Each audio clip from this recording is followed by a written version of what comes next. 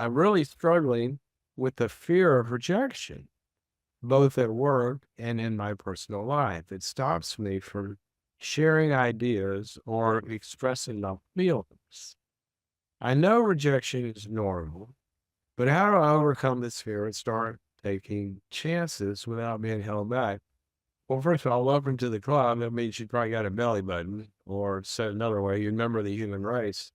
Fears of rejection are kind of our most basic fear because our most basic need is to belong and to be welcome and to be wanted. And sometimes people's fear of not being wanted or rejected keeps them from doing what you said, which is showing up with what you think and feel and want and what you desire, etc. And that's a problem. Now, there's a number of dynamics involved with the fear of rejection. Let me give a couple of them for you to think of, because you said, how do I overcome this fear and start taking chances? And those are actually related. You got to do both. But the first thing that I wanted to say is you said something that kind of bothers me. It says, it stops me from sharing ideas or expressing my feelings. I know rejection is normal. Yes, that's right. But by normal, so I grew up in the South, and well, let's flip it. After many, many years of living in California, when it rains, that's a normal thing to have happen. It rains, but it would be abnormal for it to look like Seattle, where it rains a lot. Okay. So I don't know, by when you say, I know rejection is normal, I don't know if you have a view that you think like it's so normal that I live in Seattle and it rains not most of the time, pretty much a lot of most of the time, right? To where anywhere I go outside, there's a good chance of rain. How do you see the world? Let's start with that.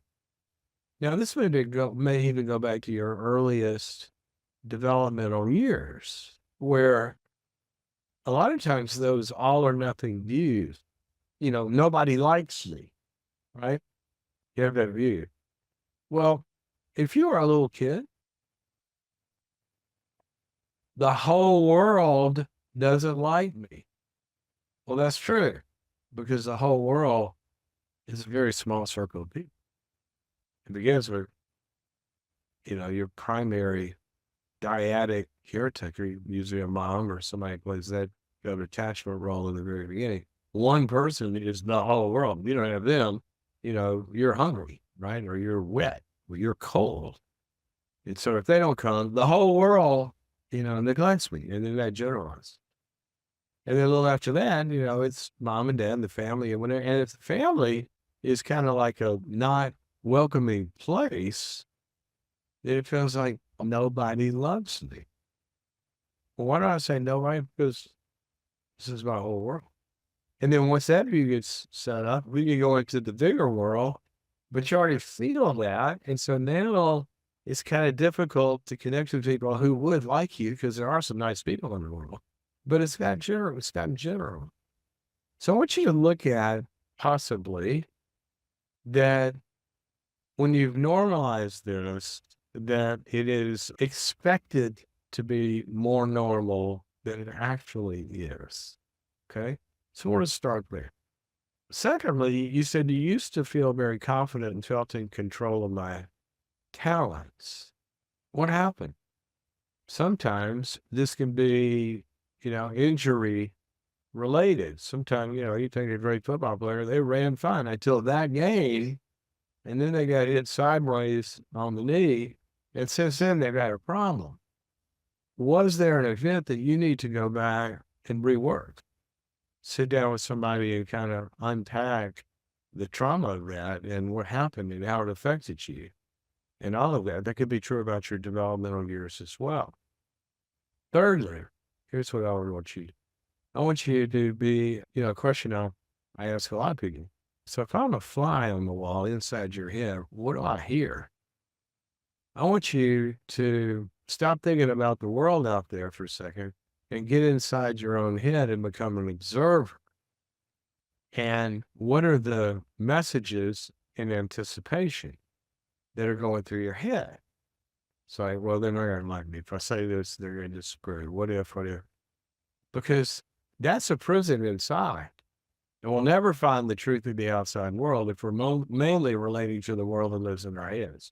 So that's going to take some work. I want you to actually maybe just carry a notebook around in your pocket or do it on your phone. Just write down the sentences in your head. Oh my gosh, I reject myself all day long before anybody else gets a chance. So I want you to listen to your own head. Now, once we do that, let me give you another huge, did I say huge, ingredient is why don't we get some positive voices and experiences there in your head so you'll learn to expect, what, a fantasy? No, something that you've actually realized. You got a mental map. I just talked about this. I would like to see you with a therapist or a small group where you're talking about this problem. You say, sometimes I fear expressing my opinions. And in the course of that group experience, the facilitator or other group members are going to say, hey, want to hear your opinion? Come on. And you're going to start practicing there, and they're going to go, that's great. I like that. Or I don't necessarily agree with it, but that's fine that you do. And you got to get some new voices in your head. We operate by the voices in our head. The question is not whether or not we're going to have voices, whose voices be in our stinking head. That's what's key. That's what's key. So this is going to require some building new voices in your head. Get in a safe place where this can be healed. Now, once that happens, just like the kids got to leave the house and go to the playground, now it's time to go start taking chances. But you said, how do I bounce back and find drive and, to go, take some chances in this? I don't want you taking chances if you might hit one speed bump and it reinforces you. I want you to be stronger first, unless there are little bitty steps. So, given that, now you're a little stronger. Well, let's go take some chances.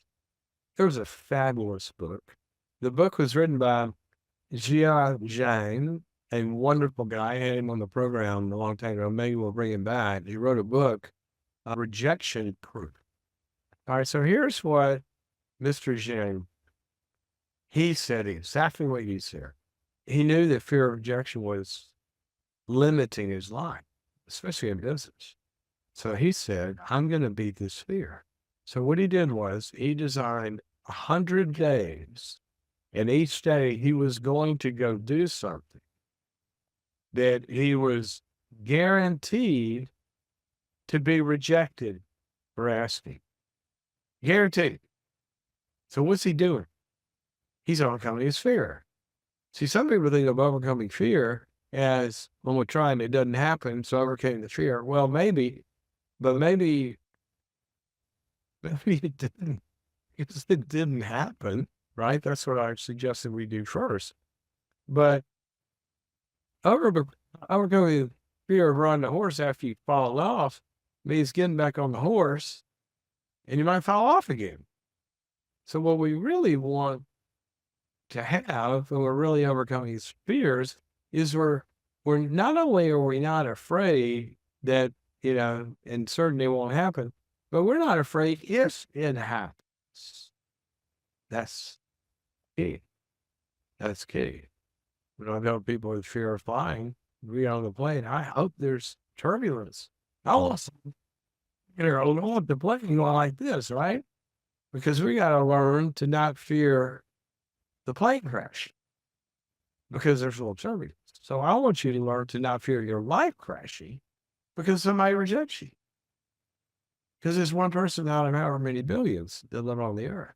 So what he did was he went out and it's stuff like this. I don't remember all of them, but he gets a soccer ball. I think this is right. He goes and knocks on a stranger's door with a soccer ball and says, "Hey, I'm working on my soccer game. Can I use your backyard?" Total stranger. Total stranger. I almost may not be a good idea for stuff with you. Try that, right? That's up to you.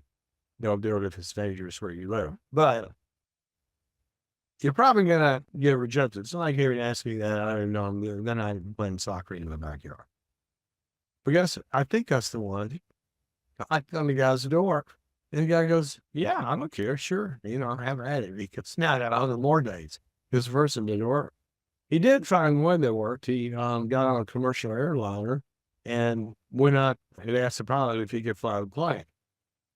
He got rejected.